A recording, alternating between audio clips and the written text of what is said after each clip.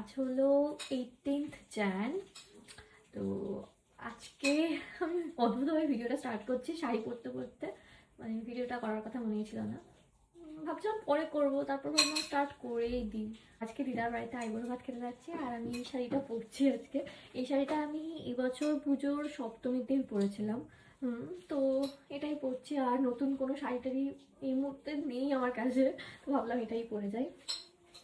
আর makeup করবো একটু, যেতে যেতে গাড়িতে যেতে যেতে মেকআপ করবো। শ্যাম্পু করলাম চুল টুল ভিজে। কালকেও মানে গতকালেও শপিংয়ে গেছিলাম, ওয়েডিং শপিং তো শেষ হচ্ছে না, মানে প্রতিদিন বেরোচ্ছি, প্রতিদিন কলকাতা যেতে হচ্ছে, ভীষণই টায়ার্ড। সো এই আর কি, এবার রেডি হব, তারপর একটু ব্রেকফাস্ট করব, ডিম সেদ্ধ খাবো ব্রেকফাস্টে, জাস্ট ওটুকুই ব্রেকফাস্ট। তারপর বেরিয়ে পড়বো, 10টায় বেরোনোর কথা ছিল, এখন অলরেডি 10:30 মনে হয় বেজে গেছে। ওকে তাড়াতাড়ি গিয়ে তাহলে শাড়িটা পরে নিই। শাড়ি পরে রেডি, এবার মেকআপ শেকআপ সব গুছিয়ে নিয়েছি, এটাতে ট্রাইপড শ্যুট করার জন্য। Get ready with me, shoot করবো তার সাথে। আমরা সবাই রেডি, এবার বেরোবো। আর আমি এই প্যাকেটটার মধ্যে সব মেকআপ অ্যান্ড জুয়েলারি ভালো করে গুছিয়ে নিয়েছি। একই শাড়ি পরো দুজনে? না এই মানে একই রকম পরবো। আমি তো যেতে যেতে মেকআপ করব, বাট রিনি অলরেডি খুব সুন্দর করে সেজে নিয়েছে। আর আমার ফেসে না দু একটা লাল লাল পিম্পল হয়েছে। যাই হোক, গাড়িতে যেতে যেতে আমি মেকআপটা কমপ্লিট করে নিলাম। আর মেকআপটা কিন্তু বেশ ভালো হয়েছে। তারপর গিরিধর কাকু একটা লজেন্স দিল, সেটা খেলাম। এবার আমরা মাঝে এক জায়গায় দাঁড়ালাম, আর পাশেই রয়েছে সর্ষে ক্ষেত।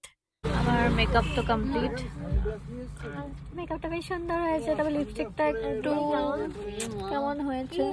ঠিক আছে, তো কি করবো এখন, সানগ্লাস ঠিক আছে। এই তো মেকআপ আমার ভালো লাগছে, আমাকে তো ভালো লাগবে তাই না। মা বাড়ি থেকে আসার সময় বলছিল যে সর্ষে ক্ষেত দেখলে একটু দাঁড়াতে, মা কয়েকটা ছবি তুলবে। চলে আসছে, হ্যাঁ মানে এই গলিটা উঠে যাচ্ছে তো। গলি উঠুক গলি, না না, গলি উঠলে তো হবে না, মানে তাহলে মাকে দেখা যাবে না গলি না উঠলে।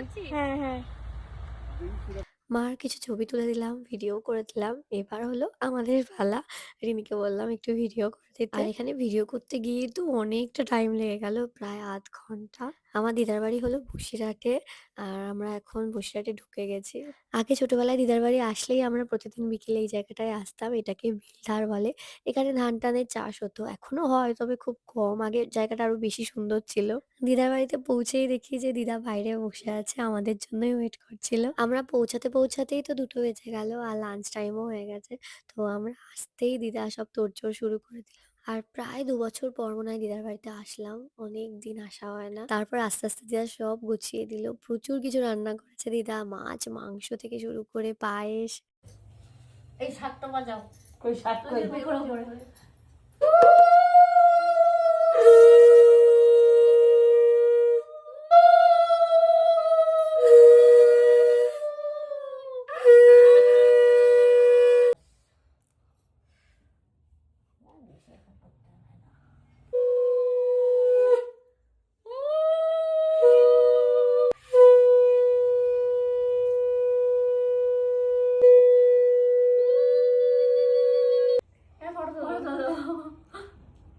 অনিরিনী আইবুড়ো ভাত খাচ্ছে দিদার বাড়িতে। লজ্জা করো না, সব খেতে হয়, নষ্ট করতে নেই একটাও। খাওয়া হয়ে গেলে আমরা বসে দিদার সাথে একটু গল্প করছিলাম। তারপর বিকেল হয়ে গেলে আমরা সবাই বেরিয়ে পড়লাম। এখানে দু এক জায়গায় মা নেমন্তন্ন করবে, আমাদের তো নেমন্তন্ন করা হয়ে গেছে। এবার দিদাকে দিদার বাড়িতে ছেড়ে দেব, দিয়ে তারপর আমরা বেরিয়ে যাব।